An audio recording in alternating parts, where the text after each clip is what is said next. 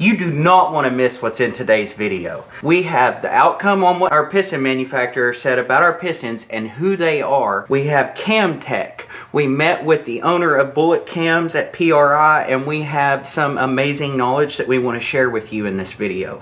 We also have the weight of our block, and you're never going to believe what just the main caps alone weigh on the scales. We're going to weigh our crankshaft. We're going to also talk about why I run a dry sump and why it's a good idea and why it's a bad idea in any type of racing. We're going to talk about Cleetus McFarland. We're going to talk about his upcoming race with 16 rear-wheel drive versus 16 all-wheel drive cars. We're also going to do some lifter tech, so tune in, get your popcorn, because there's going to be a lot of information that you are not going to want to miss in this video.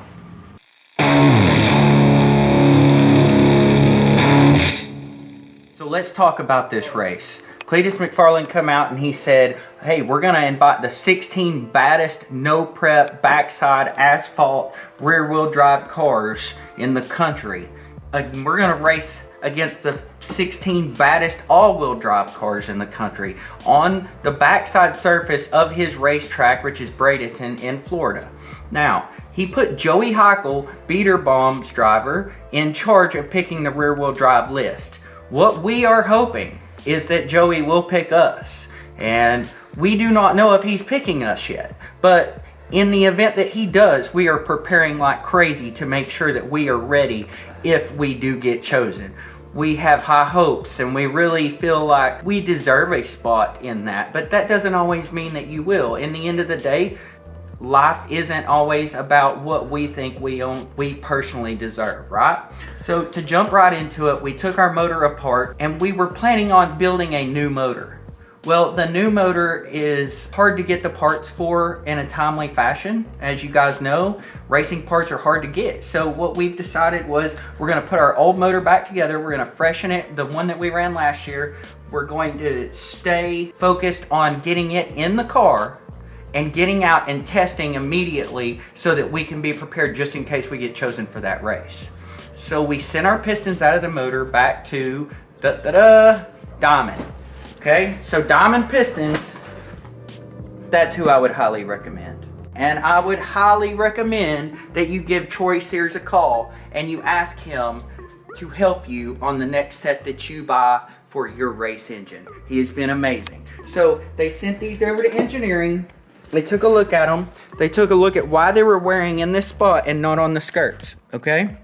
And basically this spot is growing. It's just a little big for what I was running as a bore size. So potentially I was making a mistake here. Doesn't really matter. What matters is he was cool enough to put a special coating on this. This is about 0.8 of a thou bigger on the skirts, and it's going to help keep that piston from rocking, and it's going to allow me to get a fresh hone job on the block so that these will work just fine to get by until we get our new motor in the car. And we're going to have him put a brand new set together for our new motor in the future, and we'll go over how we do that and why we do that. But the reason these are two colors is the green is the hard anodizing and the black is the moly coating. The moly coating just took up a little room, something that we haven't done in the past, but we're excited to have these back and start working on the motor. So we went and we weighed our block, and you guys are not gonna believe this. Check this out. The block was 96 pounds, okay? That was with no main cap. Oh, it's not on right now. Yeah, that's okay. So you see our main caps? Guess what they weighed? You're not gonna believe this. They weighed 17.5 pounds, almost 18 pounds, okay? Our block was like 95, 96. So you got about 113, 114 pound block.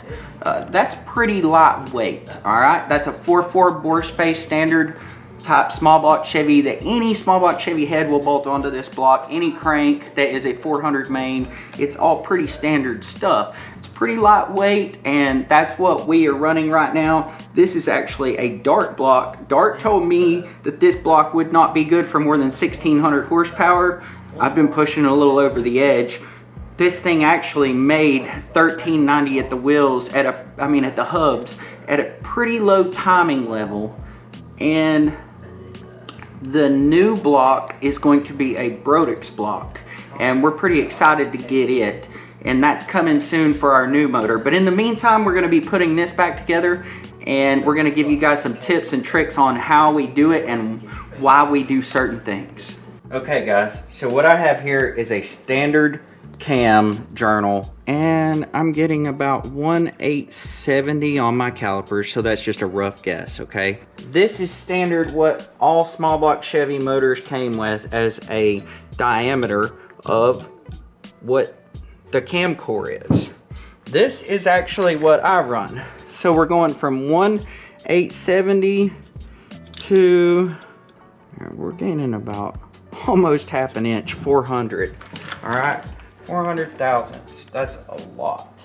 And why do you want to do that? Well, let me show you why. Look at the width of this lobe right here. Okay, the width of this lobe is now 1175 approximately. The width of our old lobe and our old school stuff is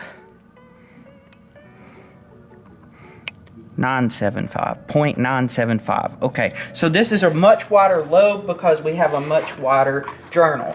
The reason that you can run a wider lobe with a wider journal is it's a bigger hole. You can put these bigger lobes inside. Well, why does a bigger lobe help? Well, let's look at this. Here's you a lifter. It's trying to follow this ramp. You see that? And you see how it's catching just the edge of it? You're not careful of the lifter. Okay, and it's very difficult for this lifter to stay there and not jump on the back side as that's turning over. It tries to jump off of it, okay? So what we do is we go to a bigger diameter, and it makes it easier for it to follow it. It's just simple physics. It's a bigger lobe, it's easier to follow. Now, one other thing that we can do is go to a bigger roller wheel. And if you'll look, this is well, let me just measure. Here, show you guys what we run here. This is a 850 wheel lifter. All right, now you have to go to a 937 body to get that 850 wheel. Okay, can you see that? Now, our old 847 lifters, well, 842 is what I'm getting here. This one may be a little worn. And then, anyway, they only can get a 725 wheel instead of an 850. So the bigger the wheel, say this is your cam lobe, the bigger wheel will roll across this easier and stay more planted when it's trying to come up the side of it. So when you run a real steep ramp like this and you're trying to really snap the valve open and make some power, a bigger, let's compare this to this just to show you. This is the small lifter.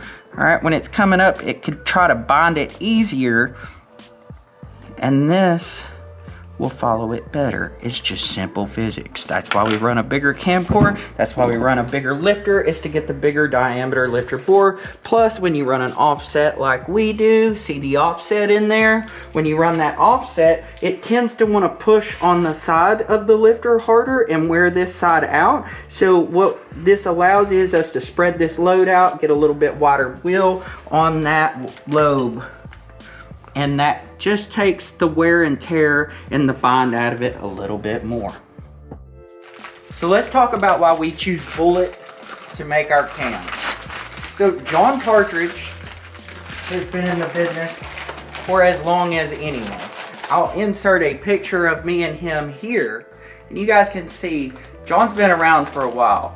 John is as smart as anyone I've ever been around or heard about. He does a lot of the best NHRA, NASCAR type things, cams for these people, the best racers, the pro modified guys, anybody that's really trying to get max horsepower potential. Bullet cams is where to go. They don't really want to mess with the street stuff too much, okay? They're really about all-out horsepower and winning races. I love that. That's me. That's why I choose them. Also, John was a friend of my dad's, and he has treated me really good, and I am very thankful for him. He has treated me beyond what I probably deserve just because he's a good person. So I'm loyal to him not only because his cams make the most power, but also because he's a good person and he treats me right. So let's talk about that. He was at a meeting when I went to PRI with the Tony Stewart's race team, okay? He was talking to basically all of the best engine builders that were there. They were all coming by and they were saying, hey John, and they were discussing things with him. I had recently gone to him for some tech help on a cam. Last year, when I was racing my car, I was having to pull my car down to about, well, with my tune-up, I was going to about 0 degrees of timing just to get it not to spin early in the run.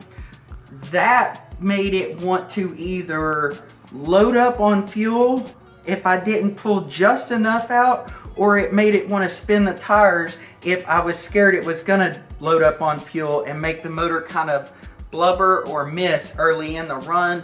I had that trouble. I ended up erring to the side of too much power most of the time, which ended up costing me a lot because it made me spin my tires, which is okay because I would have rather spun a little bit than I would have just blubber the motor, because that would take 6-8 numbers out of the 60 foot alone. That was a big deal to me. So I didn't really know how to correct that. So I go and I talk to John at Bullet and I'm like, hey John, I'm having this issue. He's like, okay Wes, here's what we should do. Let me make you a little bit different camshaft and it's gonna fix that problem. And I said, really, you can do that? He said, absolutely. So he made me another camshaft. We are gonna try that in the old motor. All we're gonna do is a fresh hone job, the new camshaft, some fresh rings and bearings, and go right back out. So I'm gonna be able to give you guys the answer on how much cam can actually affect how you tune the car with timing. Let's talk about crankshafts. Let's talk about crankshaft weight. Let's talk about why that's important or why it even matters. So first of all, this is a 3.75 stroke, 400 main, which is 2.650 main journal. It's a 2.100 rod journal. This is what we run in this block, okay? It weighs 47.5 pounds. It's pretty lightweight.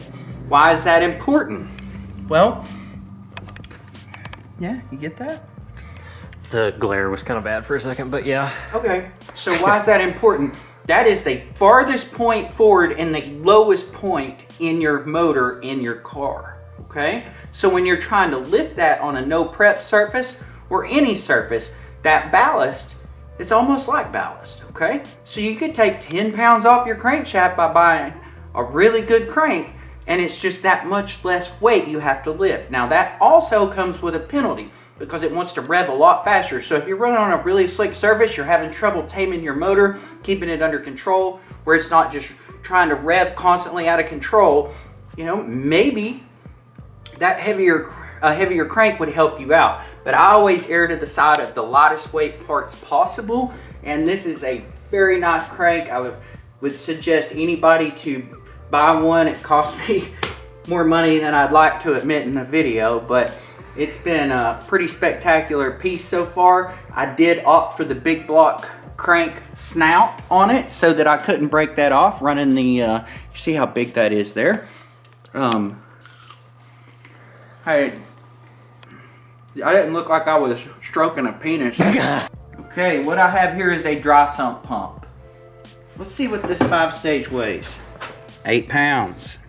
Now, that also comes with the penalty of a tank.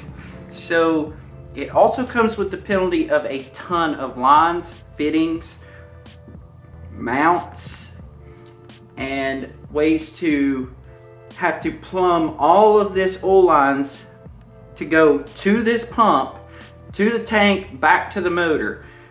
That's the downside. A lot of weight.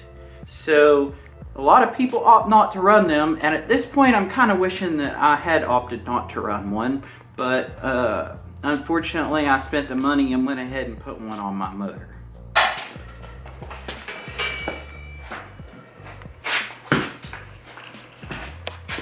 Okay, so what we have here is my blower gear drive that goes on the front of my motor. We have my Moroso 5-stage dry sump pump.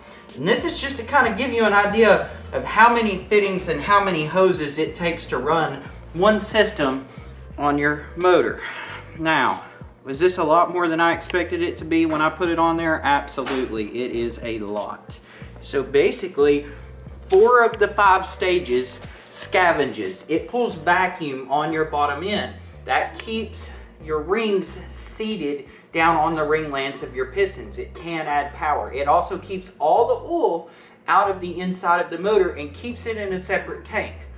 That helps with oil aeration. It keeps the air bubbles out of the oil so you get more pure oil in your bearings fed straight back in, which is very important for engine longevity. It's also really nice to just walk up and be able to turn this knob right here and adjust your oil pressure. So if you want to run 60, 70, 80, 90, 100, 120 pounds of oil pressure, whatever you want to run, you can walk up and externally control it right here on this pump. Everybody meet Jesse. Hey. Jesse's great. I love Jesse. He is hardcore young man that's got himself involved in drag racing. He comes around, uses a few tools, bounces some ideas off of me, works really hard, runs the hard tire and the street car type classes. Some of you may know him.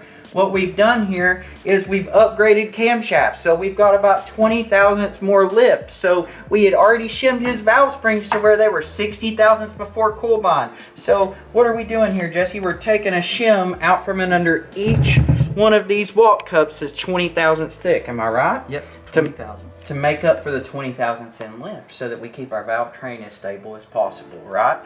And guess who made us that cam with 20 thousandths more lift? John at Bullet. Thanks again, John. Okay, so we're gonna check bearing clearances in the motor that I'm putting back together when we put the fresh bearings in it. We're gonna check our piston to wall, cylinder wall clearance. We're going to check our bores for roundness and make sure that they don't have taper in them.